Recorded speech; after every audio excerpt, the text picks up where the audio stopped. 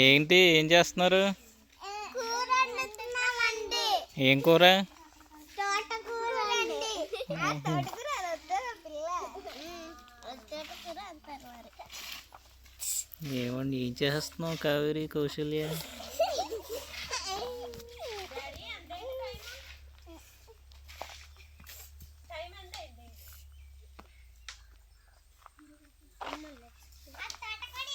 అరే మీరేం చేస్తున్నారా?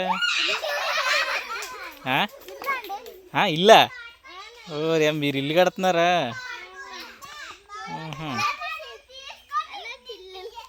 మీరు ఇల్లు కడుతుంటే వీళ్ళేం వంట చేస్తున్నారా?